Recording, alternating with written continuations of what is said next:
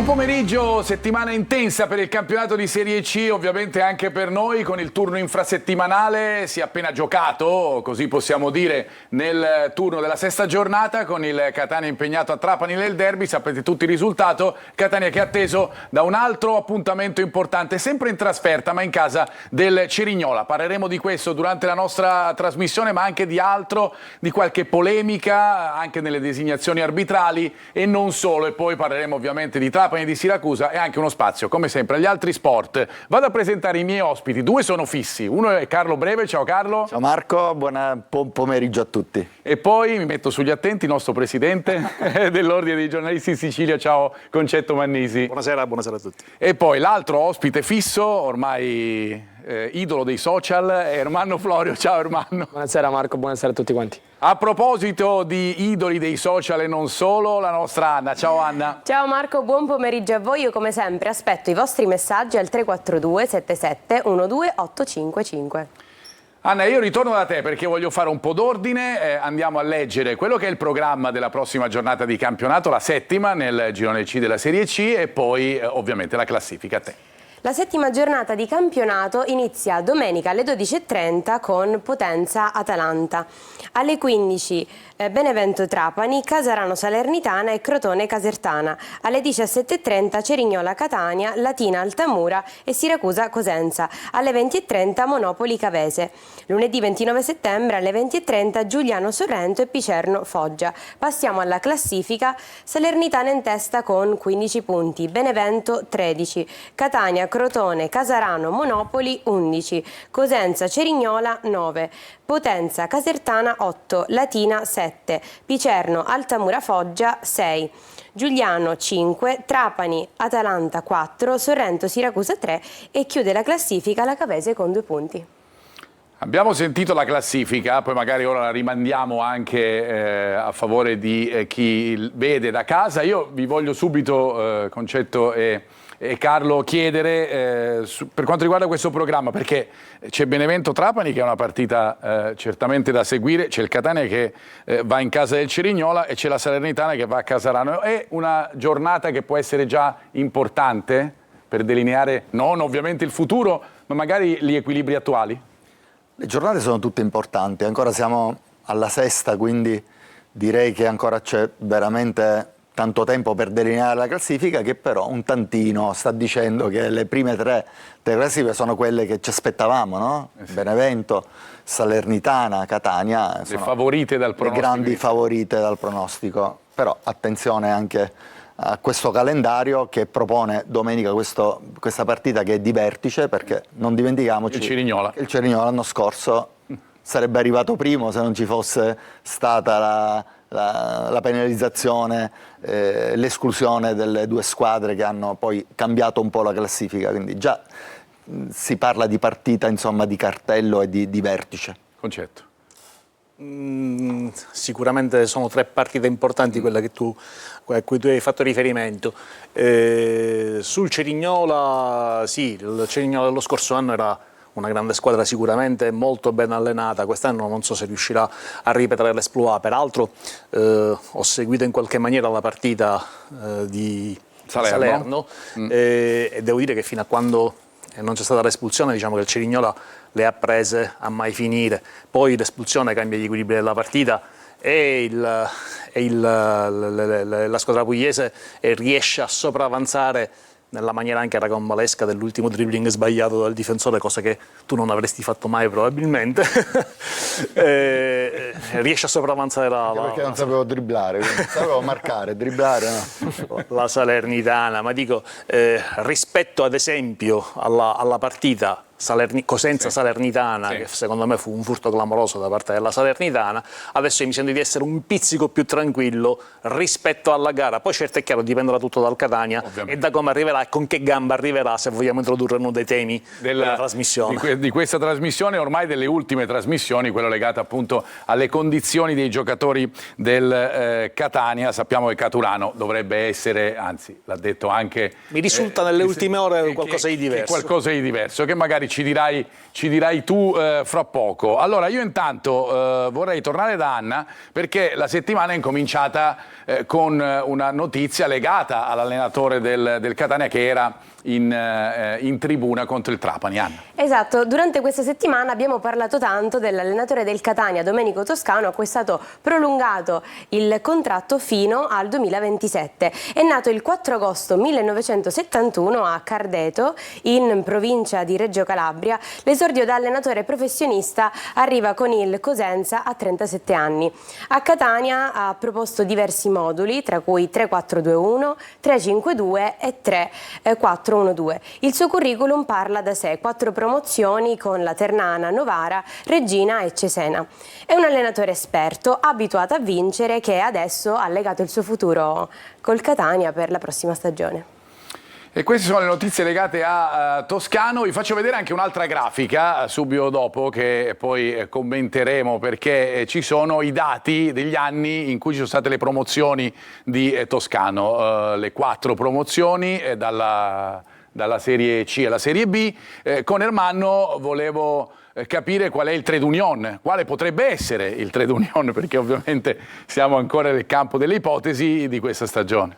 Già vedo che comunque tutte e 4 le promozioni dalla C alla B sono caratterizzate sicuramente da un assetto tattico molto similare, no? Il 3-4-2-1, il 3-4-1-2 che sono i moduli più utilizzati, anche che abbiamo visto maggiormente sia al Massimino che fuori casa, quindi diciamo che come caratteristiche in comune hanno principalmente questa difesa a 3 che è un punto forte dei principi e dell'idea di Toscano, e soprattutto Marco, se abbiamo potuto riguardare bene le immagini, sia sulla la nostra regia, sia quando vince con la Ternana che quando vince con la Regina c'è una caratteristica fondamentale che è la miglior difesa, sì. E questa è una cosa su cui Toscano spesso parla in conferenza stampa, ci tiene all'atteggiamento difensivo, alla concentrazione, all'attenzione, che sono delle caratteristiche fondamentali, perché una squadra che subisce poco o pochissimo, addirittura con la Ternana ha subito solamente 13 gol in 34 gare, è una squadra che comunque raccimula punti anche nelle partite un pochettino più complicate. Come in tutti i campionati, diciamo, si parte dalla difesa, come Carlo Breve mi insegna, e si parte anche dalla volontà di guidare il gruppo. Vi faccio rivedere le immagini che avete visto anche a diretta stadio dell'arrivo della squadra a Trapani, perché si vede un Toscano ecco, che prima va a dare il 5 ai suoi collaboratori, per primo a Michele Napoli, che poi siederà in panchina contro il Trapani, e poi aspetta ad uno tutti i calciatori del Catania per incoraggiarli in vista della partita. Ricordiamo, si arrivava da un momento complicato, con tante critiche, non è che adesso il momento complicato è passato, ora ci torneremo, però indubbiamente è un segnale, ecco, voglio chiedere a Concetto e poi anche a Carlo, è un segnale questo di unione sicuramente dello spogliatoio? Sì, vabbè, adesso lui in ogni caso deve certamente lavorare sul gruppo, un gruppo che probabilmente è sempre stato con lui nel corso della passata stagione e anche di questa stagione, forse con qualche piccolissimo screzio, vabbè, ma assorbito discretamente bene, e adesso, dopo che lui ha avuto la riconferma, necessariamente dovrà combattere, dovrà lavorare per tenere tutti realmente uniti, al di là di quelle che sono le immagini di circostanza come quella che abbiamo visto in questo momento. Lo spogliatoio non si costruisce certo davanti alle telecamere, però è un segnale. Esatto. Poi se dovessero arrivare ai risultati sarebbe ideale, sarebbe il top sotto questo punto di vista. Come le hai viste tu queste immagini, Carlo, che eri con noi fra parentesi in studio mentre io ero là a Trapani? Sono sicuramente delle belle immagini, no? Ti danno l'impressione di un tecnico che vuole abbracciare un po' tutto il gruppo, lo vuole tenere stretto vicino a sé, ma sicuramente Toscano a pienezza ha il gruppo tutto con sé, su questo non c'è dubbio, l'ha fatto lui, la squadra ha voluto, ognuno che è stato portato a Catania è stato volutamente richiesto. E ha parlato, da quel Toscano. che mi risulta, con l'allenatore prima di arrivare a Catania. C'è stata proprio una volontà precisa da parte dell'allenatore proprio di portare determinati giocatori in rosso-azzurro. Vado da Anna perché sono curioso di saggiare quello che è il momento dei nostri telespettatori attraverso i messaggi. Anna. Ho i primi messaggi. Ci scrivono: buon pomeriggio, la Salernitana si è fermata ma noi giochiamo con la squadra che l'ha battuta. Cerignola sulle ali dell'entusiasmo. Meglio o peggio per il Catania secondo voi? Per Marco e Carlo: ho ascoltato la vostra telecronaca di ieri, anche secondo me l'FVS utilizzato senza motivo rovina il finale delle partite. E ancora un saluto a tutto lo studio. Per Concetto Mannisi: pensi che, al di là dei nuovi innesti come Zarbano, questa società sia cresciuta nel tempo? E se sì, cosa te lo fa credere? A voi. Allora, Concetto, a te l'onore di questa ultima l'onere della esatto, risposta. l'onere soprattutto. No, vabbè, Zarbano sicuramente è una figura importante. L'aspetto è quello di una persona molto, molto rigida e molto autoritaria, oltre che autorevole, e credo che sicuramente sia nelle condizioni di potersi fare sentire all'interno e all'esterno dello spogliatoio, al di là di delle cose che vengono fatte filtrare.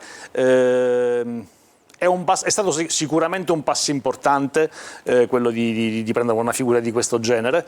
Vediamo come riuscirà a gestire questo momento, che è il primo momento difficile della stagione, veramente difficile della stagione del Catania, e che input riuscirà a trasmettere all'allenatore e ai calciatori, fatto salvo che probabilmente in questo momento anche Grella ci sta mettendo del suo, mi risulta chiaramente. Sì, è quello forse la domanda, no? Se la società è cresciuta, Carlo, al di là della nuova figura del direttore generale.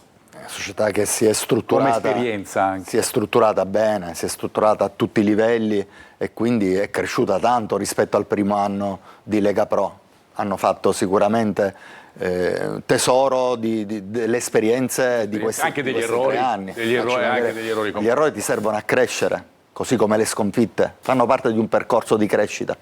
A proposito di percorso di crescita, Concetto, torno alla situazione di cui parlavamo prima, quella della gestione degli infortunati in casa Catania, della situazione attuale. Tu ci dicevi anche di alcune ultime che vorrei dessi tu. Sì, allora credo che stiano pensando seriamente non ti dico di non far partire Caturano, ma comunque di mantenerlo a riposo per la prossima partita. Ciò con la certezza di averlo poi pienamente disponibile, pienamente recuperato, esattamente. Per il derby con il Siracusa. D'altro canto è un giocatore di cui si è detto anche alla fine nelle interviste post Trapani, probabilmente sarà aggregato al gruppo. Non si è detto ovviamente né che gioca dal primo minuto né quanti minuti possa avere sulle gambe, vedremo poi durante la partita con il Cerignola.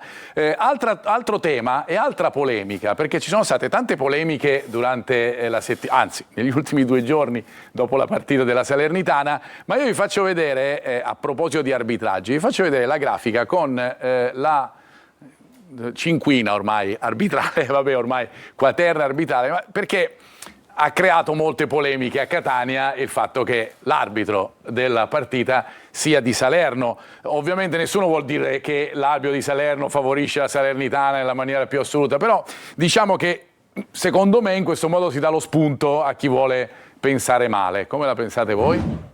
Che può essere condizionante anche per l'arbitro. Esattamente. Dovrà stare molto attento perché non appena sbaglia, mentre prima poteva anche accadere, con un altro avversario può accadere che sbagli e non ti dicono niente, quelli dicono l'hai fatta apposta per danneggiare il Catania.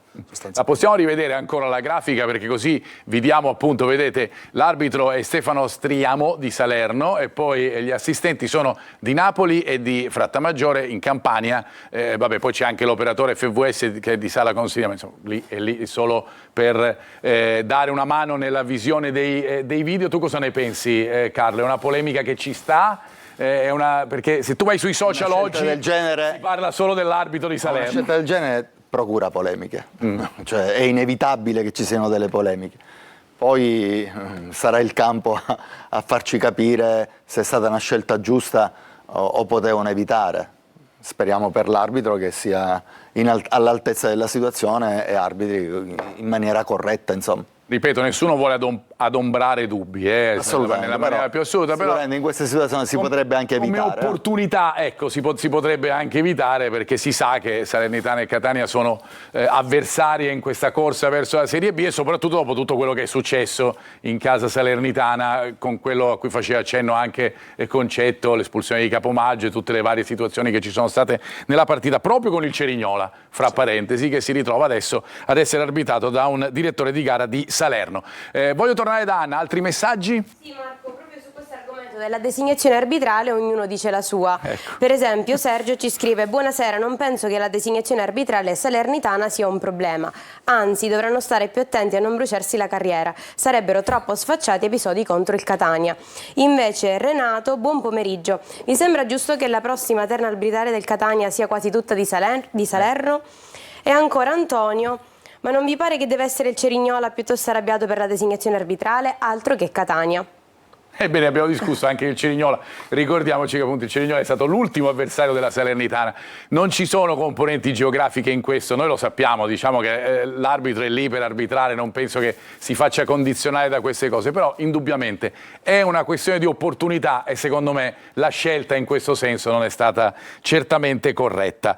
Vado da Ermanno invece, cambiamo decisamente argomento, Ermanno, perché abbiamo fatto il paragone, lo facciamo anche fuori onda, ma lo rifacciamo adesso, fra ciò che si è visto con il Sorrento in casa Catania e ciò che invece si è visto nell'ultima partita con il Trapani, partendo ad esempio dal ruolo della prima punta, cioè di Forte. Diciamo quello che è il supporto alla prima punta, il supporto al vertice offensivo, sicuramente il Catania, che è differente a Trapani rispetto in casa contro il Sorrento, sia come atteggiamento ma sia da un punto di vista anche tattico, in quanto se partono le immagini possiamo vedere proprio le immagini contro il Sorrento, dove c'è una palla giocata verso la punta, verso il vertice Forte, che viene totalmente ingabbiato da quelli che sono i difensori in maglia dorata, quindi i difensori del Sorrento, e non si vede neanche minimamente un appoggio, uno scarico, un giocatore che gli va a sostegno quasi. Guarda, questa è l'immagine chiara. Chiave. Cioè, la giocata, lui comunque Forte fa un controllo, sposta la palla, comunque passano dei tempi di gioco, ci sono dei tempi di gioco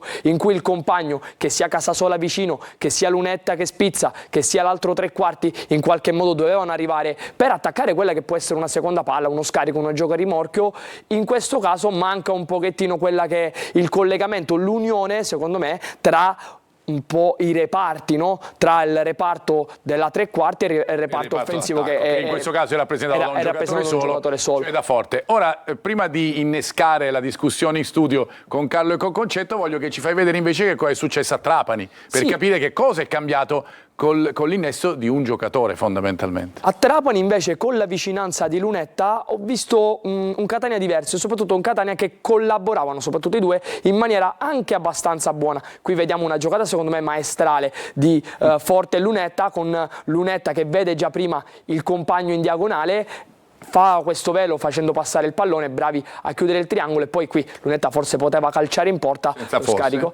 È l'unico suo errore della partita di Trapani. E l'altra grande giocata è proprio questa in realtà secondo me, perché Lunetta qui protegge come se fosse una prima punta, mentre Forte gioca da rimorchio come se fosse un tre quarti. Ma la giocata che mi colpisce di più è lo scarico che viene fatto sul piede corretto del compagno, perché Lunetta conosce il suo compagno, non gliela gioca sul destro, gliela gioca sul mancino, perché sa che lo può mettere in qualche modo a favore davanti porta e lo mette in qualche modo nelle possibilità migliori per trovare la via del rete. Quindi trovo, secondo me, con la presenza di Lunetta un po' più vicino a Forte, una collaborazione, una condivisione che serve in qualche modo all'attacco del Catania, anche per creare un po' di imprevedibilità e soprattutto per collaborare in maniera diversa per entrare dentro. Con la punta. E ci sono due temi di discussione secondo me. Uno è appunto le condizioni di Lunetta, la qualità di Lunetta, le caratteristiche di questo giocatore che sta diventando imprescindibile, e l'altra è, anche alla luce di quello che sappiamo di Caturano, il cui ritorno in squadra è chiaramente cadenzato e deve essere giustamente cadenzato dallo staff del Catania, Forte quanto può incidere in questo momento e quante sono le sue responsabilità sul fatto che non si sia segnato ad esempio nel primo tempo. Partiamo da Lunetta, Carlo, e poi andiamo da Forte. Lunetta a furor di popolo titolare, cioè non ne può più fare a meno, no. Mister Toscano in questo momento no. Davanti a questa evidenza lo deve mettere dentro, ha fatto bene e sicuramente farà bene questa panchina pure a Jimenez, che secondo me tra qualche giornata potrà tornare a essere decisivo alle come l'anno qualità. Scorso sicuramente. Forte. Vedevamo di Forte che ha fatto dal punto di vista della presenza e dell'impegno una buona partita. Io so che per te l'unico errore vero è questo, quello che abbiamo visto poco fa. Ed è grave perché lì la deve mettere dentro. Però nelle altre situazioni c'era sempre e ha concluso in porta. Quindi quando un attaccante ti mette presenza, ti mette in difficoltà, tira, ha occasioni da gol, per me la prestazione è positiva. Poi l'ultimo errore è grave, lì deve fare gol, deve portare i 3 punti al Catania, non ci sono dubbi. È lì che manca il Catania in questo momento, secondo te, Concetto? Cioè avere lì davanti il Caturano di turno che non c'è mai stato fino ad ora. In questo momento sembra che non ce l'abbiamo, poi per il resto sono d'accordo quasi nella totalità. Carlo, tra l'altro un paio di settimane fa mi era capitato di esprimermi in una radio privata catanese e avevo detto che mi sembrava folle non fare giocare Lunetta in questo momento, con Gimenez che peraltro stava rendendo così come sta rendendo, peraltro sappiamo che c'è anche il discorso del contratto. Del rinnovo del contratto. E quindi insomma... Allora, o almeno del possibile rinnovo del contratto. Possibile rinnovo. Su Forte? Forte sì, l'ha detto Carlo, cioè è chiaro che io per forza di cose vedrei meglio un Caturano in questo momento, l'uomo capace di capitalizzare al meglio l'occasione che gli capita negli spazi stretti. Forte sotto questo punto di vista non mi sembra in questo momento arrivato al top, però non possiamo certamente discutere dell'impegno, è uno che sgomita, è uno che si porta il difensore dietro, magari riesce a creare qualche spazio per i compagni, adesso che c'è Lunetta probabilmente potrebbe diventare ancora più importante aprendo gli spazi per gli inserimenti del ragazzo. Se mi permetti Marco, un po' l'analisi tattica, scusami, la lente di ingrandimento che abbiamo visto prima su Toscano, no? Sul discorso anche dei moduli.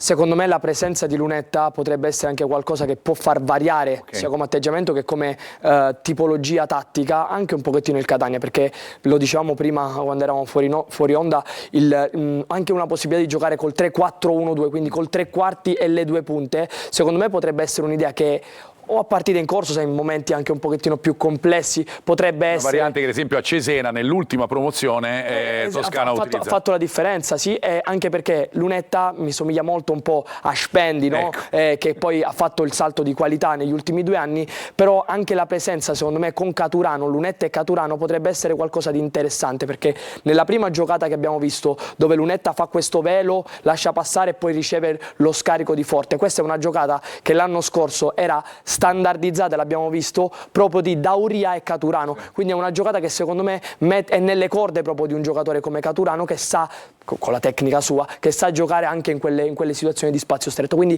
potrebbe essere anche una soluzione tattica da non sottovalutare. Da non sottovalutare, magari anche per un cambio di sistema di gioco. Noi invece restiamo col nostro sistema e torniamo da Anna per i messaggi dei telespettatori. Eccomi con altre domande per voi. Toscano secondo me deve diventare più flessibile, cioè trovare alternative tattiche per modificare le partite che si fanno complicate.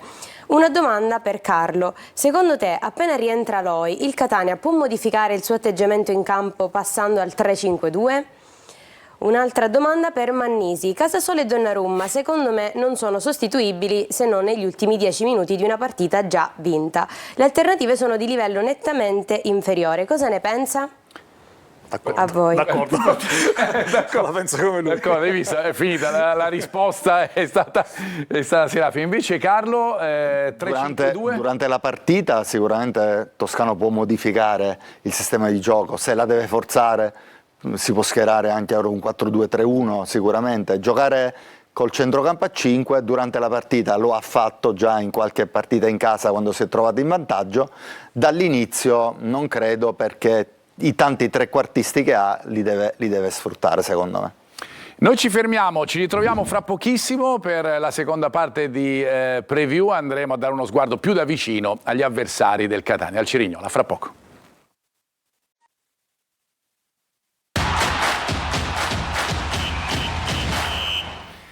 Seconda parte di preview, abbiamo snocciolato tanti di quelli che sono gli argomenti di questa settimana intensa, con il turno infrasettimanale e con il Catania che si proietta alla prossima partita con il Cerignola. A proposito di Cerignola, io voglio tornare subito da Ermanno, perché andiamo a vedere alcune caratteristiche, no? Che noi come al solito incrociamo, tattiche, fra il Catania e l'avversario del Catania, partendo proprio dal Cerignola. Cerignola, che ricerca molto la palla lunga per i due avanti, che fra parentesi sono gli unici due marcatori del Cerignola, perché Cuppone e Mausso hanno fatto gli 8 gol. Gli unici 8 gol sono stati segnati da loro. Sì, Marco, in realtà il Cerignola è una squadra che, come vedremo poi successivamente, è una squadra che cerca di giocare, cerca di sviluppare dal basso, però ovviamente per aumentare quella che è l'imprevedibilità o per in qualche modo prendere alla sprovvista, no, la pressione avversaria, alle volte cerca anche questa palla in profondità, cercando la palla diretta con questo lancio lungo per proprio i due attaccanti, o Mausso o Cuppone. Vediamo dalle immagini proprio questa, diciamo, quello che abbiamo accennato prima. Qua vediamo Moreso, che è il classico play, che la mette su oltre la linea del Picerno, e qua molto bravo è Mausso, però vedi l'altro dato che ti voglio far vedere è la vicinanza di Cuppone, che si muove sempre in maniera condivisa e quasi bilanciata un po' con Mausso. Qui invece vediamo proprio il primo gol del Cerignola contro il Siracusa, questa palla lunga che sta mettendo in grandissima crisi il Siracusa di Turati, visto che gioca con una difesa altissima. Qui è bravo Cuppone a partire in anticipo e a prendere alla sprovvista la difesa avversaria e a siglare l'1-1. Il mister abbassa la testa e sorride per la difesa, non per Cuppone. Anche per Cuppone, è un giocatore incredibile. Però vedi Marco, cercano, oltre che la costruzione che vedremo successivamente, dove è anche un punto di debolezza alle volte, cercano anche questa giocata imprevedibile, questa verticalizzazione diretta. E il Catania ha dimostrato in alcune partite di questa stagione di soffrire un po' sulle palle lunghe. Sì, soprattutto col Sorrento, diciamo, l'occasione del Sorrento, quindi il rigore, nasce proprio da una palla lunga e da una seconda palla, perché partono le immagini, vediamo il Catania in pressione sui vari riferimenti, quindi non riuscivano a giocare. Rasser praticamente ha giocato più palloni del loro attaccante centrale. Qui sul rilancio è Di Gennaro molto bravo in marcatura, perché ormai è sempre un 1 contro 1 costante, a spizzare questo pallone, però vedi la vicinanza della seconda punta, in questo caso Dursi, così come te l'ho fatto vedere, di Cuppone e Mausso, gli ha permesso di rubare il tempo ai difensori del Etnei nella riconquista della seconda palla, e poi è molto bravo a entrare dentro area, anche un po' furbo e smaliziato a ricercare questo rigore. Si fa sorprendere la difesa del Catania, è un tema, Carlo, perché è indubbiamente quei due attaccanti di davanti, Cuppone soprattutto, sotto questo punto di vista potrebbero andare a nozze. Aspettiamoci una partita del genere, perché loro fanno questo 3-5-2 e quindi con i due attaccanti rapidi, veloci, potenti dal punto di vista fisico potrebbero ricercare queste situazioni e andare a duellare con i tre difensori del Catania, che però domenica, mercoledì, hanno dato dimostrazione che quando sono attenti in giornata, insomma, sono difficili da superare, perché Pieraccini è rapido, veloce, attento, concentrato. Di Gennaro con Gandolfo non è Cuppone, ha caratteristiche diverse, sì, però Di Gennaro l'ha contenuto benissimo. Sì, diciamo che Cuppone ha caratteristiche totalmente diverse, un po' come Mazzocchi, come tipo di caratteristiche, e quindi ha le caratteristiche che può mettere in difficoltà un giocatore come Di Gennaro. Però non è detto che giochi Mausso. Cuppone lo do 100%, sì. Potrebbe giocare Gambale, che è un attaccante centrale tipico, 1,89 m, e lì, scusami, che è completo, e lì sarebbe a suo agio Di Gennaro, perché sarebbe perfetto per la marcatura di un giocatore come Gambale. Allora, vediamo se è più Gambale o più Mausso. Lo chiediamo al collega Emanuele Parlati dell'Edicola del Sud, che vedo collegato con noi da Cerignola. Ciao Emanuele.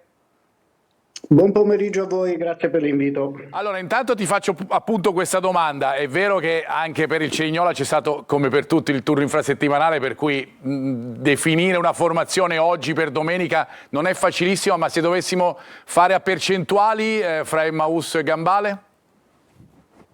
È un duello più che aperto, perché la prestazione, la qualità della prestazione di Mausso da subentrato contro la Salernitana potrebbe far ricostituire quello che era ormai l'abituale tandem offensivo del Cerignola con Cuppone. Però dall'altro lato è anche vero che Gambale, un po' schierato diciamo a sorpresa contro i Granata, ha fatto indubbiamente la sua parte, è stato autore di una buonissima partita, quindi credo che sia un dubbio che probabilmente Maiuri si porterà fino alla compilazione delle distinte. Io credo che possa partire avvantaggiato Emaúso, non fosse altro perché è stato decisivo nel trascinare la rimonta dell'Audace all'Arechi, però appunto Gambale ha le sue chance come se le è ben giocate nella trasferta di mercoledì. Senti Emanuele, qui a Catania si è discusso tanto in mattinata dopo le designazioni arbitrali perché l'arbitro di domenica è di Salerno, immagino che si sia discusso anche a Cerignola visto che il Cerignola viene proprio dalla vittoria contro la Salernitana. Non sono collegate le due cose, l'abbiamo già detto, però ovviamente forse per opportunità magari era meglio evitare, tu cosa ne pensi?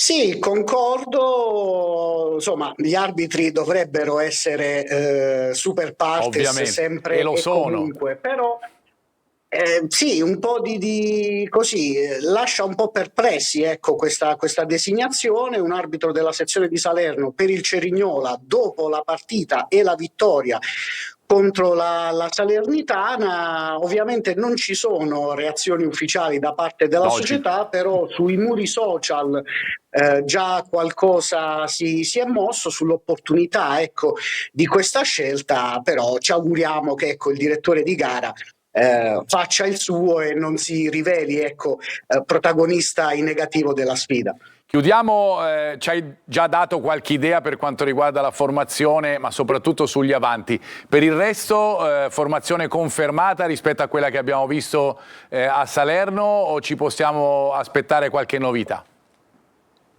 Partiamo dal presupposto che è un po' difficile, ecco, prevedere la formazione in considerazione dei due allenamenti da sostenere, quello di oggi e la rifinitura di domani, e fondamentale sarà il tenore del recupero psicofisico di alcuni giocatori. La partita dell'Arechi è stata comunque probante, molto intensa, appunto su entrambi i fronti, sia fisico che mentale. Alcune certezze possono essere sicuramente Greco tra i pali, Visentin in difesa, Cretella e Bianchini a centrocampo.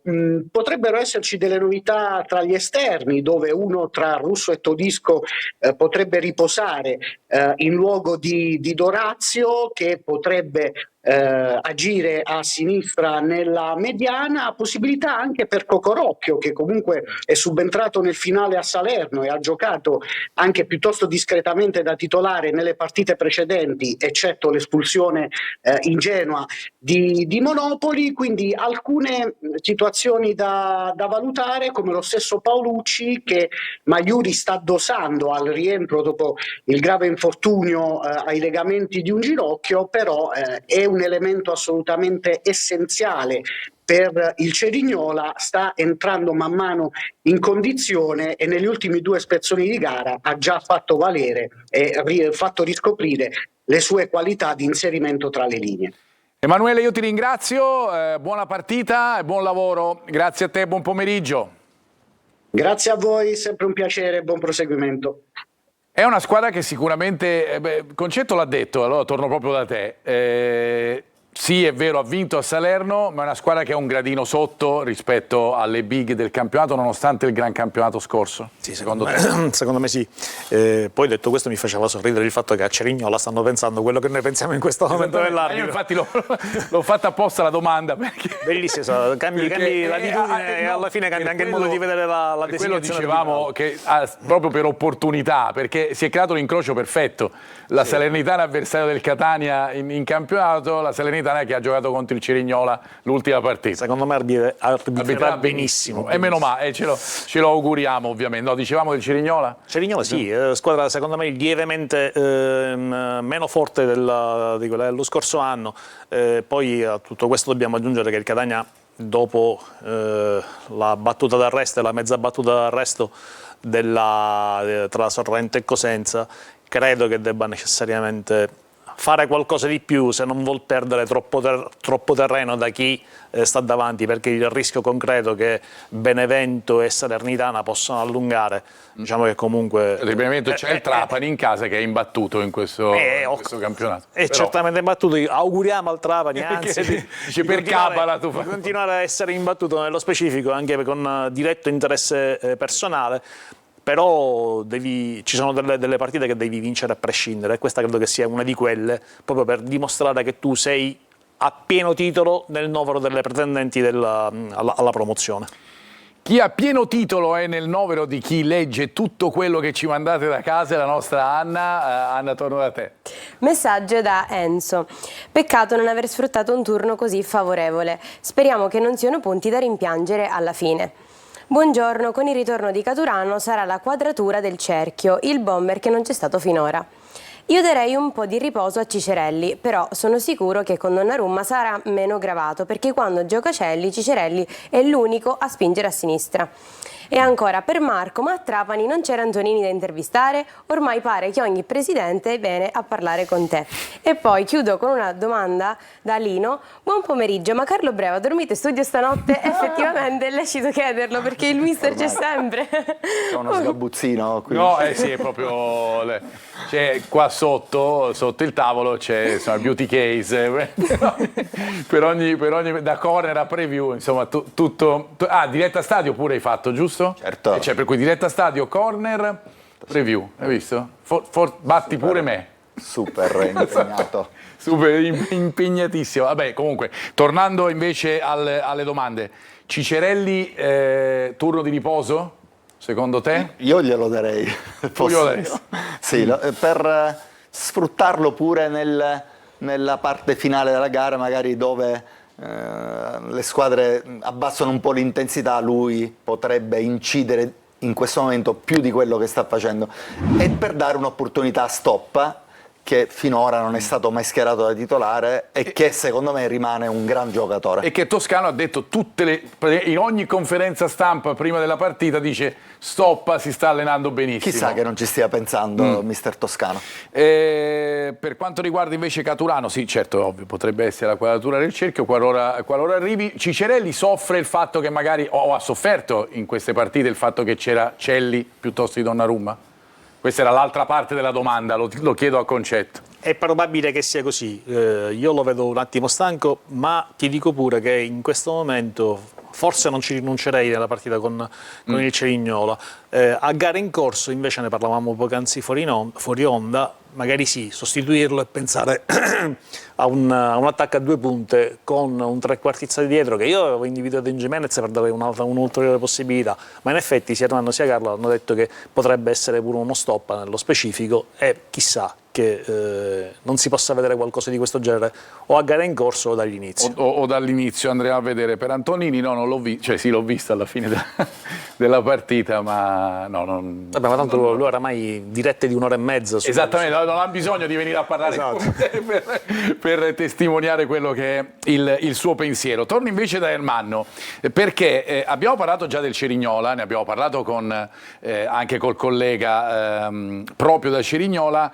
La costruzione dal basso può essere un problema, soprattutto legato al fatto che il Catania comunque è una squadra che, l'abbiamo visto anche a Trapani, quando è in forma, quando vuole, sa pressare lì davanti. Sì, assolutamente. Marco, abbiamo visto prima una piccola sfaccettatura della loro fase di possesso, no? È la parte, diciamo, dello sviluppo, quindi quando la palla arriva nella zona media del campo, che alle volte hanno cercato, no, un po' quella palla lunga, quella palla diretta, la verticalizzazione immediata verso i due attaccanti. Qui invece vediamo una situazione differente, che è la costruzione dal basso, che può essere un'arma a doppio taglio, perché può essere qualcosa che libera gli spazi e che comunque ti permette di uscire da una pressione forte dell'avversario, ma in questo caso, se fatta male, ti può anche in qualche modo condannare. Qui lo vediamo col Siracusa, dove Greco cerca una palombella a superare la prima linea di pressione, non riesce bene. Questo è uguale. Questo uguale, sì, praticamente. Qua fanno gol però, mi sembra. Sì, esatto. Qui lui cerca, non si capisce se è una palombella per la mezzala o per il quinto di parte, palla che non parte, rimane lì e lascia libero ovviamente lo specchio della porta, e qui segna il primo gol il Picerno. È una situazione che in realtà si è anche un pochettino rivista a Salerno. Non l'ho messo come taglio perché comunque sono delle palle perse su proprio uscita, soprattutto col play loro, che Bianchini o Moreso che abbiamo fatto vedere prima. Questa uscita col play alle volte, essendo anche esso pressato, non risulta molto bene, quindi possono perdere palle in quella zona del campo e concedere un pochettino di spazio. Ti ripeto Marco, dipende anche molto dall'atteggiamento del Catania. Chiaro. Perché se vai a fare una pressione molto alta sui vari interpreti che vanno lì a costruire, quindi li vai a pareggiare uomo su uomo, allora in qualche modo costringi loro a forzare la giocata o a rischiare qualcosina in più. Se invece prendi un atteggiamento un pochettino più attendista, ovviamente loro riescono a uscire anche con estrema facilità. Ti aspetti questo dal Catania? Prima abbiamo detto delle palle lunghe che erano un tema, no? Potevano essere un tema della partita, anche questo potrebbe esserlo. Il Catania arriverà lì concentrato, con voglia per andare a prendere il pallone sulla costruzione dal basso? Secondo me sì, ma staranno attenti alle palle lunghe, perché contro il Sorrento si legano i due. È successo proprio questo, che il Catania, per andare a pressare forte, ha lasciato calciare il portiere e lì si è creata una situazione di 1 contro 1, dove nella seconda palla è stato bravissimo Dursi a infilarsi, a battere, a bruciare sia Pieraccini che Ierardi, e si è presentato da solo praticamente davanti a Dini. Potrebbe succedere la stessa cosa, perché lì hanno degli attaccanti loro molto veloci. Se dovesse giocare soprattutto Emmausso vicino Cuppone, diventano 2 giocatori veloci, e quindi nell'1 contro 1 potrebbe il Catania avere qualche difficoltà. Vedremo cosa penserà di fare Toscano in queste situazioni, se lasciare giocare il portiere, che con i piedi abbiamo visto ha grosse difficoltà, e magari andare sui riferimenti forte, oppure se andare a pressare il portiere proprio per cercare di rubare palla e avere questa opportunità in più, visto che lui con i piedi ha delle difficoltà. Non si può tenere lo stesso atteggiamento per tutta la durata dell'incontro, no? No, concetto. Ci sono dei momenti in cui bisogna attendere, magari è così spiegabile anche il quarto d'ora di difficoltà che ha avuto il Catania a Trapani, in cui il Trapani è andato in vantaggio e altro, soprattutto quando bisogna dosare le energie. In questo momento ci sono dei giocatori che mancano, no? Come dice lo Monaco, la partita è un'onda. È un'onda, che esatto. Sale e che scende. E tu devi essere bravo a cavalcare l'onda quando ce l'hai favorevole, sei nella fase in cui stai salendo. Io mi auguro che non si debba pagare dazio. Secondo me giocheranno sia Emmausso sia Cuppone assieme, al di là del fatto che Emmausso abbia giocato, eccetera, eccetera, perché credo che possa essere un'arma in più per superare la staticità dei nostri difensori, che non sono staticissimi, se mi passate il termine, però sicuramente un po' di difficoltà contro avversari veloci, brevilinei o esplosivi potrebbero avvertirla. Detto questo, credo che Pieraccini possa sicuramente contenere l'avversario di turno, però dopo che hai vinto in quella maniera a Salerno non credo che ci saranno dei cambiamenti, perché non è soltanto squadra vincente che non si cambia, è anche squadra che ha grande morale che non si cambia, esatto, e che va assecondata. Andiamo a vedere le statistiche per dare uno sguardo a quelle che sono le differenze fra Cerignola e Catania. Ci concentriamo spesso, lo facciamo con Ermanno, anche sul valore di mercato, e come vedete certe volte sale un po' scende, no? Sì. È come la borsa, lì dipende dal mercato, quando ormai si è assestato, perché i movimenti non ci sono più in questo momento. Ma se andiamo a rivedere la grafica, l'obiettivo stagionale però, ecco, lì mi volevo concentrare, perché vediamo la posizione, chiaramente i gol fatti e subiti. Ecco, questi sono i 2 dati, gol fatti e subiti nel secondo tempo, Ermanno, e l'obiettivo stagionale, che è uguale. Sì, promozione, magari chi diretta e chi passando dai playoff. Ovviamente il Cerignola nelle conferenze, diciamo, di inizio campionato ha parlato comunque di un'ambizione e un progetto nel cercare di in qualche modo anche ripetersi, quindi ripetere la stagione dello scorso anno, e perché no in qualche modo superare anche quelle che sono le aspettative che aveva già l'anno scorso, che comunque non erano proprio quelle di promozione, quindi hanno un po' il sogno ancora nel cassetto di tentare questa prima promozione in Serie B. Poi vediamo ovviamente il valore di mercato, che è totalmente molto differente tra il Catania e il Cerignola. Ovviamente posizione attuale, vediamo terza e ottava, ma di per sé le due squadre si differenziano solo di 2 punti in campionato, quindi in realtà sono molto più vicine rispetto a quanto sembra. Poi ti ho inserito in realtà il discorso dei gol fatti e gol subiti al secondo tempo. Perché? Perché li metto anche qui in bivalenza. Vedo il Cerignola che addirittura 7 su 8 dei gol fatti li ha segnati tutti al secondo tempo, infatti l'87% è stato segnato al secondo tempo. Il Catania invece subisce di più al secondo tempo, quindi anche qui su questo secondo me il Cerignola è una squadra che nel lungo esce, mentre il Catania possibilmente, come ci ha anticipato prima Concetto, il discorso che nel lungo alle volte può calare, soprattutto a inizio secondo tempo. Ricordo col Monopoli, ricordo col Trapani, in qualche modo può anche mancare di lucidità, fisica. È proprio nel momento, in questo caso, in cui sembrerebbe che il Cerignola tiri fuori la prestazione. Esattamente per questo. Poi ogni partita fa storia a sé, perché a Salerno chiaramente cambia tutto con l'espulsione di Capomaggio, probabilmente avremmo visto un altro incontro. Però sempre riferendoci ai dati, sono sempre dati, non è certezza. Però riguardando i dati cerchiamo di trarre anche qualche piccola conclusione dal punto di vista ovviamente tattica e conclusione dal punto di vista anche, non so, di pronostico in qualche modo di quello a proposito di pronostico, fra poco ci andremo nuovamente. Non so se l'ha preso l'intelligenza artificiale quello col Trapani, il pronostico. Aveva fatto pareggio? Non ricordo. Vabbè, se non speriamo che qualcuno di voi l'abbia. Col Trapani forse non l'abbiamo. Ah no, col Trapani non l'abbiamo dato, è vero, abbiamo dato quello col Sorrento. Beh no, Sorrento 0-0 no, non l'ha preso di sicuro. Andiamo a vedere invece, prima di andare da Anna, le altre grafiche che facciamo vedere sull'allenatore del Cerignola, che è Vincenzo Maiuri. Lo conosciamo bene perché il Catania l'ha affrontato anche quando guidava il Sorrento in Serie D, nei famosi playoff scudetto, quando il Sorrento vinse, fra parentesi, proprio a Catania nel 2022-2023. Ha allenato tante squadre, lo vedete, le ultime proprio la Cavese. Ha preso il posto di Raffaele, vincendo il ballottaggio con Boucher, che poi è andato invece, lo sappiamo, al Cosenza. Vincenzo Maiuri, l'eredità di Raffaele. E poi il protagonista numero 1, l'abbiamo già citato 1000 volte in questa trasmissione, potevo anche evitarmi la grafica, però ve la facciamo vedere lo stesso, perché è Luigi Cuppone. Secondo anno al Cerignola, vi dico solo dei dati: 5 gol in 6 partite, più la rete in Coppa Italia. L'anno scorso Cuppone ha fatto lo stesso numero di gol, ma vi ricordo che l'anno scorso è stato infortunato praticamente per 3 quarti della stagione, perché era partito benissimo e poi ha chiuso comunque bene, per cui è un attaccante che, come abbiamo detto dall'inizio della trasmissione, è veramente un bomber di razza per la Serie C. Maiuri, ritornando a Maiuri, è un allenatore che ha fatto sempre tra Serie D e Lega Pro, e non ha mai avuto in Lega Pro una squadra di livello, quindi questa è la sua grande occasione, no?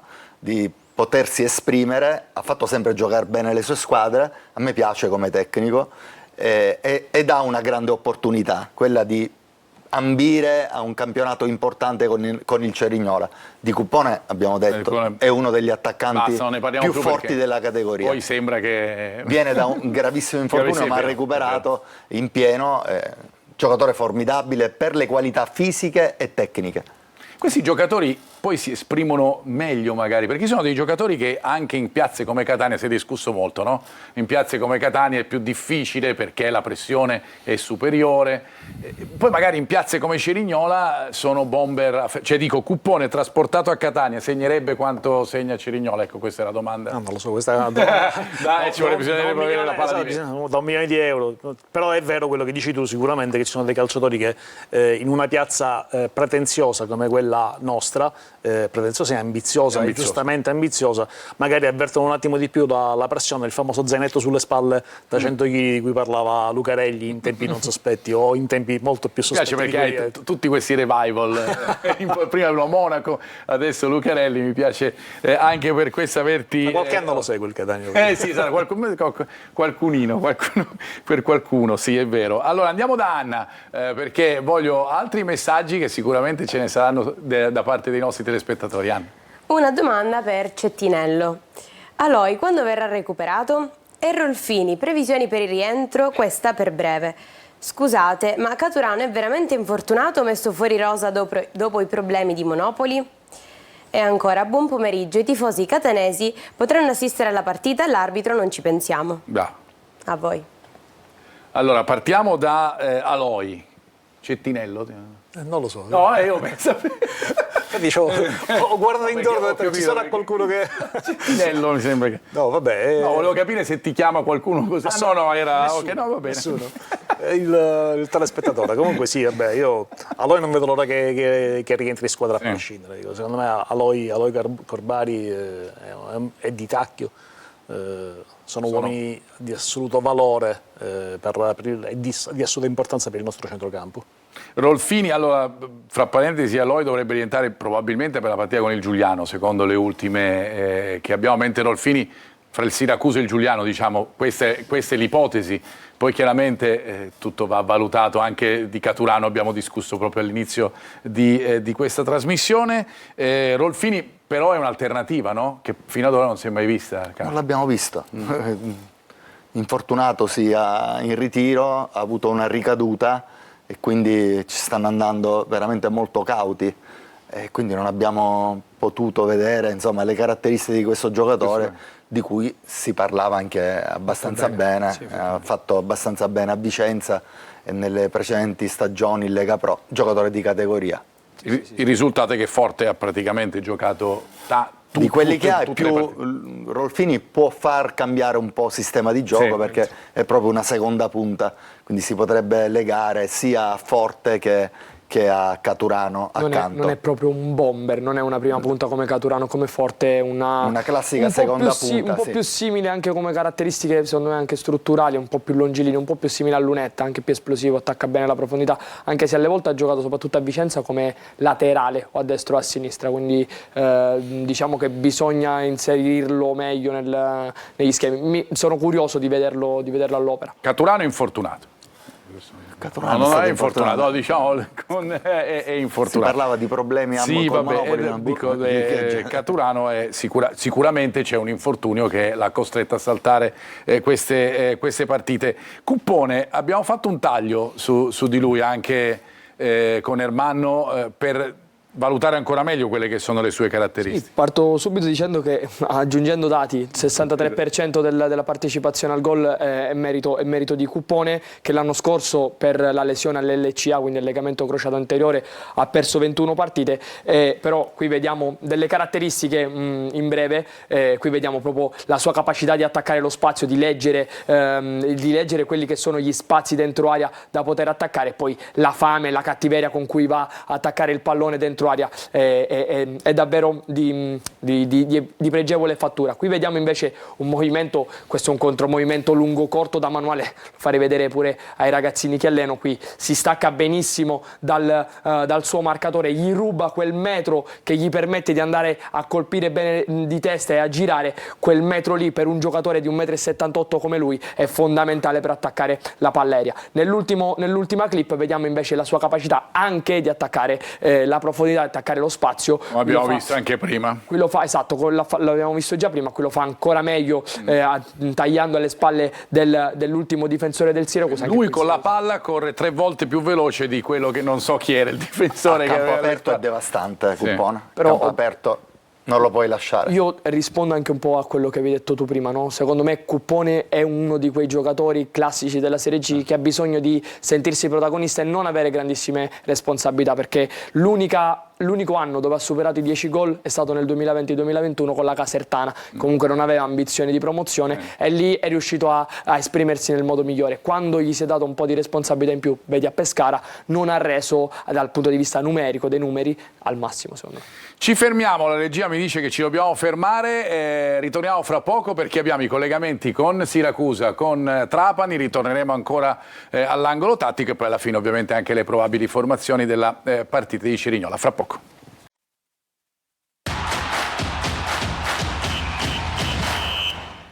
Di nuovo in studio gli ultimi 20 minuti di trasmissione, dobbiamo andare di corsa e noi di corsa andiamo a Siracusa per collegarci con il nostro Marco Petrolito, sorridente come il Siracusa che finalmente ha ottenuto il primo successo in questo campionato. Ciao Marco, buon pomeriggio. Buon pomeriggio Marco, buon pomeriggio a tutti voi in studio. Allora, dici qual è, diciamo, la sensazione dopo l'ultimo successo e in vista della prossima partita che vedrà gli aretusei ancora in casa. Sì, sensazioni positive naturalmente, dopo una vittoria non poteva che essere così. Siracusa che va a caccia della sua seconda, quindi sarebbe il suo secondo successo consecutivo qualora arrivasse stavolta però al cospetto di un'avversaria importante che punta in alto come il Cosenza, formazione che è reduce da 4 risultati utili consecutivi e che vanta la presenza di molti giocatori tra le sue file, ricordiamo qualcuno, Langella, Florenzi, Mazzocchi, che sono comunque di una certa caratura. Tra l'altro ricordiamo che Cosenza ha confermato molti suoi elementi nonostante la retrocessione dello scorso anno. Certamente gli azzurri dovranno cercare con la spinta dei loro tifosi sulla scia della vittoria che ha ridato morale ed entusiasmo, quella maturata sul Potenza mercoledì scorso, di proseguire sulla falsariga di quanto si è visto. Ricordiamo che il Siracusa era reduce da 5 KO consecutivi che fino a pochi giorni fa viveva in una situazione non certo positiva. Dunque adesso può guardare al futuro dopo questo risultato maturato nei giorni scorsi con maggiore ottimismo, anche perché la salvezza poi la condizione sempre migliore dei suoi giocatori e per quanto visto finora nelle altre partite, al di là dei risultati che non erano arrivati, non appare un'impresa impossibile. Certo, ci sarà ancora da lottare, ci sarà molto da soffrire, ma la squadra ha dimostrato di saper reagire nelle difficoltà e finalmente, anche confidando nelle qualità di alcuni giocatori importanti come Valente, che è stato il vero uomo in più nella partita vinta e rimonta, lo ricordiamo, per 2-1 con il Potenza, ha trascinato i compagni, ecco, davvero leader, può ambire a qualcosa di più che una salvezza disperata come invece appariva dopo le prime 5 partite. Vale per tutti Marco, perché chiaramente c'è stato il turno infrasettimanale, non è facile avere indicazioni sulla possibile formazione, ma ti chiedo per quanto appunto è possibile di avvicinarci all'appuntamento con il Cosenza con il probabile 11 del Siracusa. Sì, al 4-3-2-1 albero di Natale dei rossoblu, Marco Turati, che domattina parlerà in conferenza stampa al termine della rifinitura, opporrà il consueto 4-2-3-1.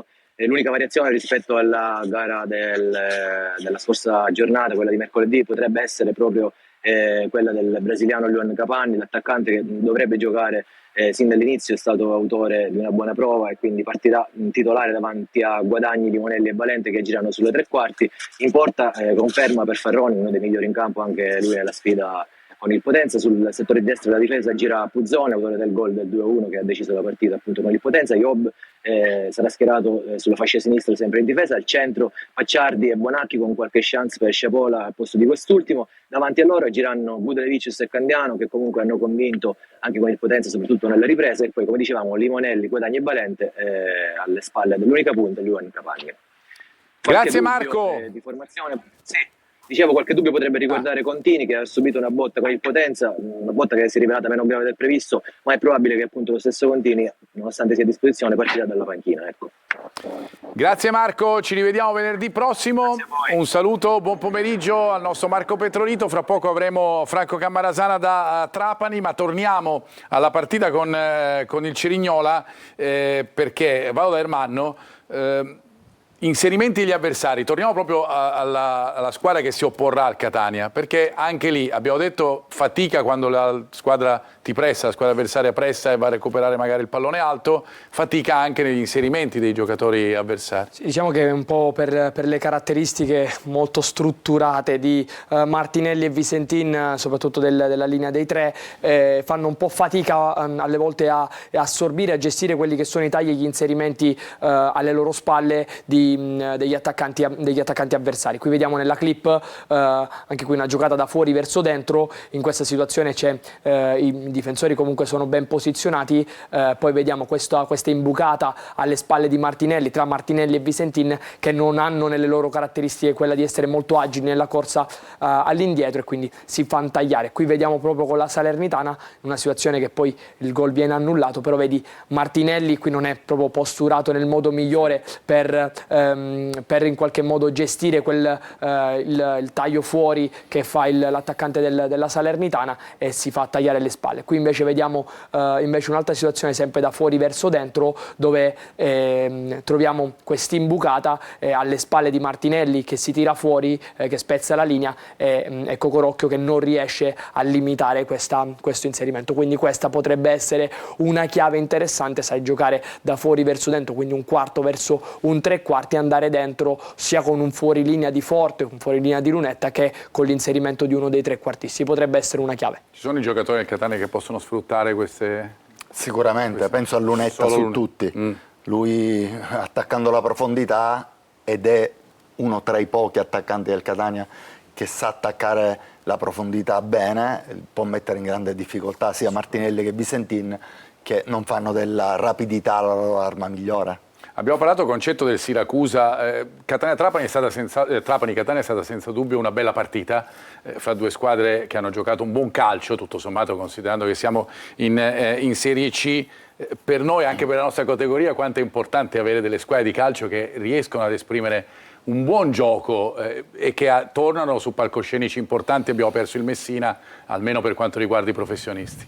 No, ma certamente importante, anche perché voglio dire, alla fine è un movimento, quello isolano, che ha bisogno di avere qualcuno che faccia da traino, al di là del Palermo che in questo momento sta facendo cose straordinarie in Serie B. Il Catania che si è approcciato a questo campionato con queste ambizioni importanti. Io mi auguro che anche le altre riescano in qualche maniera, ripeto, a creare quell'entusiasmo che possa servire a coinvolgere i vivai, che possa servire a far comprendere che il calcio in Sicilia ancora è qualcosa di fattibile. Aloi prima chiedeva quando, probabilmente Giuliano. Giuliano, sì.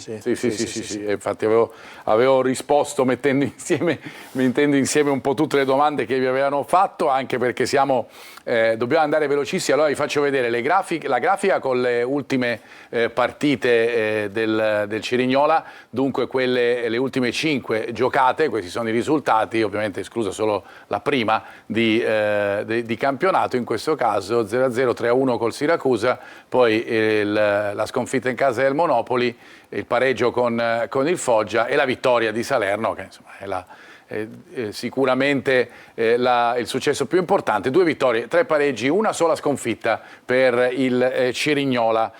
Ultimo dato tattico che facciamo, Ermanno, è legato all'inserimento dei riferimenti offensivi dopo uno scambio corto. Sì, diciamo che sanno fraseggiare molto bene nella tre quarti, lo fa benissimo Cuppone, giocate di tacco ce ne ha fatte vedere tante, però lo fanno molto bene, inserendo anche spesso quelli che sono le mezzale, in questo caso addirittura il braccetto. Vedi la presenza qua di Zac Ruggero, che è una mezzala che si butta tra le linee, tra le due linee di pressione del Picerno, entra bene poi il braccetto. Il Foggia, che invece ha avuto una struttura molto più simile a quella del Sorrento, quindi con queste linee molto schiacciate, sono però molto bravi a liberare la tre quarti con questo palla avanti, palla dietro, e poi a imbucare molto bene qui per Cuppone, che poi viene recuperato. Però è anche questa è una caratteristica loro molto importante, la sanno muovere bene, sanno sviluppare in zona centrale molto bene, per poi entrare con l'inserimento o di Cuppone o di Emmausso o di un giocatore che potrebbe essere vitale, così come potrebbe essere Paolucci, all'interno della linea con un inserimento e poi con un successivo filtrante. Io lascio ancora lo spazio legato a Cerignola-Catania, ci ritorneremo fra poco con le probabili formazioni, per andare dal nostro Franco Cammarasana a Trapani, anzi nella sua auto a Trapani, perché lo vedo bene inquadrato. Ciao Franco, buon pomeriggio. Del derby abbiamo già parlato, proiettiamoci alla prossima sfida del Trapani in casa del Benevento, partita importante contro una delle big di questo campionato, ma il Trapani ha dimostrato con il Catania e per la classifica che ha, fatto salvo la penalizzazione, di essere una big. Sì, sicuramente non è il momento migliore per affrontare una squadra come il Benevento, perché anche contro il Benevento Aronica sarà costretto un pochino a delle rinunce, perché quasi certe sono le assenze di Nicoli, Giron, La Sossa, Vasquez, Negro. Almeno 3 di questi sono giocatori che farebbero il caso proprio in una partita del genere. E in forse non al meglio sicuramente della condizione sono i vari Pirrello, Carrero e Salines, che probabilmente sarà costretto a schierare perché chiaramente la rosa si è un pochino assottigliata. Comunque ne sapremo di più domani, dopo l'allenamento di rifinitura, perché il tecnico avrà un incontro con noi giornalisti, quindi avremo le idee più chiare. Di partenza ti dico subito che dovrebbe essere confermato, ma non del tutto, il 3-4-2-1, e se vuoi possiamo anche vedere la formazione. Sì, andiamo sulla formazione, possibile. Sì. Esatto, sì. Ecco, con Galeotti in porta, Salines, Stramaccioni, che tra l'altro non sta meglio nelle condizioni, e Pirrello. Poi a centrocampo Kirwan, Celeghin, Di Noia e Benedetti. In avanti Canotto e Fischnaller a supporto dell'unica punta Grandolfo. Ripeto, ma potrebbe anche essere un modulo che potrebbe anche essere cambiato alla luce anche di come sta giocando negli ultimi tempi il Benevento. Non è da escludere, ad esempio, l'adozione di una difesa a 4, anche perché Auteri, per esempio, contro il Picerno a un certo punto ha abbandonato il 3-4-3 per tornare con la difesa a 4, il 4-2-3-1, che poi è anche il modulo che per tanto tempo lui ha adottato. Quindi bisogna vedere, ripeto, Aronica e il suo staff, anche sulla scorta dei giocatori a disposizione per questa partita, cosa decideranno di fare. Sotto Grazie Franco, infatti. Buon pomeriggio, buon viaggio. Okay. Buon pomeriggio anche a voi. Ciao Franco, buon pomeriggio. Noi ci fermiamo, ritorniamo fra pochissimo con le probabili formazioni, parleremo anche di pallavolo, a fra poco.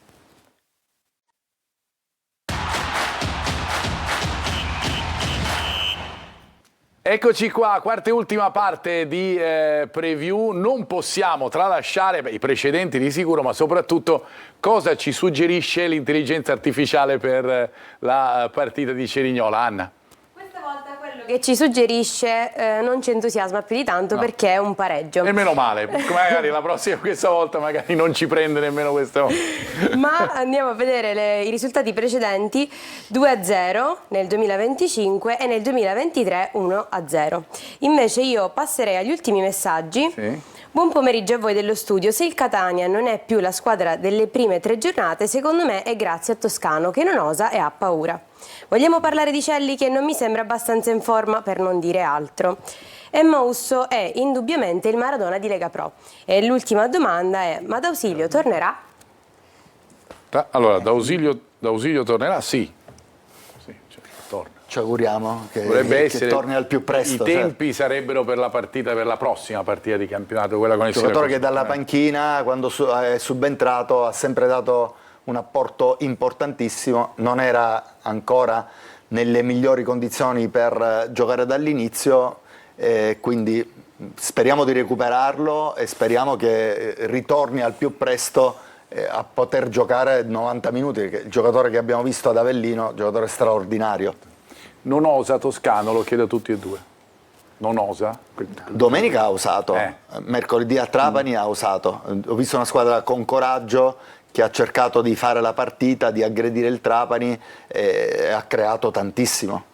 Laddove è andato male, secondo me è proprio una questione fisica della squadra, perché le partite precedenti, insomma, a parte quella col Monopoli, quando levò Corbari, se non ricordo male, per mettere Gimenez, gli creando qualche problema di filtro importante. A Cosenza. Sì. Col Monopoli, e poi è finita il cambio. il cambio sull'1-0. Poi il Catania riuscì a dilagare, ma alla fine, tempo, all'inizio del secondo tempo ci fu questa... ok. All'inizio del secondo tempo ci fu vero. un momento di crisi importante, però dico, a parte quello, nel complesso io vedo una squadra, ho visto nelle 2 partite in cui è andata male, una questione di gamba più che una questione di atteggiamento. Esatto. Di atteggiamento della squadra.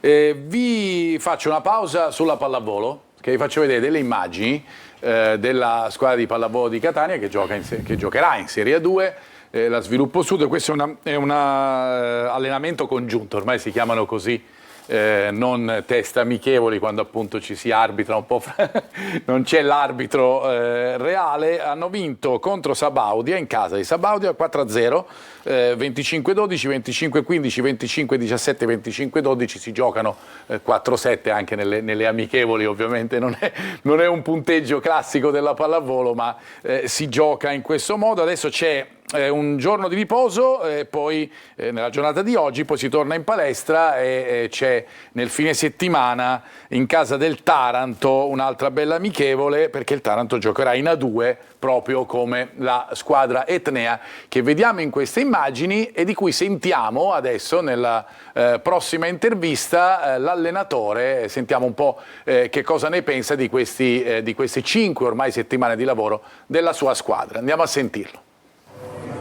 Oggi siamo contenti perché dalla partita di ieri, solo vedendo video e parlando di alcune situazioni, le abbiamo risolte. Abbiamo fatto molto bene il riciclo dei palloni sporchi e il nuovo attacco, quindi questa è una cosa che ci dovrà accompagnare tutto l'anno.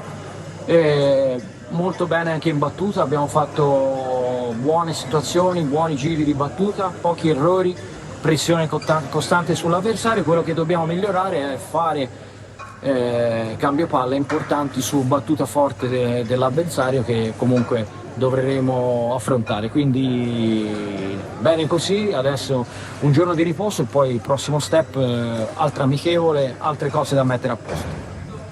E sicuramente riuscirà a farlo Paolo Montagnani, allenatore della Sviluppo Sud. Chiudiamo la nostra trasmissione con le probabili formazioni, come hanno detto tutti i corrispondenti che abbiamo avuto collegati. Chiaramente è più difficile oggi perché le formazioni dipendono tanto da quella che sarà la rifinitura di domani, ancora di più visto che si è giocato fino a mercoledì. Andiamo a vedere la probabile del Cerignola con Emmausso, visto che ci è stato detto così 55-45, ma insomma Emmausso lo mettiamo titolare con Cuppone, e poi Vitale a destra, Russo a sinistra, il centrocampo con tanti giocatori di qualità e anche interscambiabili, e la difesa di cui abbiamo parlato con il 3-5-2 di Maiuri. Il Catania invece con questa squadra, con Pieraccini confermato, con Donnarumma che potrebbe rientrare dal primo minuto lì a sinistra, e con ancora Cicerelli, anche se appunto questa potrebbe essere la valutazione. Chiaramente lo ricordiamo, c'è la giornata di domani, c'è la rifinitura che diventa decisiva in questo senso. Ci potrebbe essere anche l'impiego di Quaini dall'inizio, per magari far rifiatare. Anzi, Di Tacchio che insomma tante partite ravvicinate non le può fare Quaini, esatto. E l'altra alternativa che potrebbe esserci proprio lì in mezzo, questa possibilità di far giocare Quaini al posto di Tacchio per il Catania. Bene, abbiamo finito. Grazie Carlo, Grazie resti qui. a te, Marco, ci vediamo anche domenica allo stadio. Domani libero. Non dai. stai qua io devo fare il telegiornale stasera. Vuoi venire? Bene, grazie Carlo Breve, grazie Concetto Mannisi. Quanto devo per la lampada? Sì, ti sei un po' abbronzato. Accaldato. Esatto, accaldato, vabbè dai. Per noi brizzolati, diciamo, un po' di colore va bene. Ciao Ermanno, grazie, buona serata anche a te, ci ritroviamo. Ci ritroviamo venerdì, ciao Marco. Ci ritroviamo venerdì e ritroviamo venerdì anche la nostra Anna. Ciao Anna. Ciao Marco, noi ci vediamo settimana prossima alle 14:30. Io vi ricordo solo l'appuntamento, perché ormai siamo andati lunghi, però l'appuntamento alle 17 per la partita con il Cerignola, con diretta stadio. Partiremo mezz'ora prima dell'inizio dell'incontro, e poi ovviamente tutta la cronaca, i commenti da studio nel corso di diretta stadio, e poi le interviste ai protagonisti. Noi, come detto, ci rivediamo venerdì. Ciao a tutti.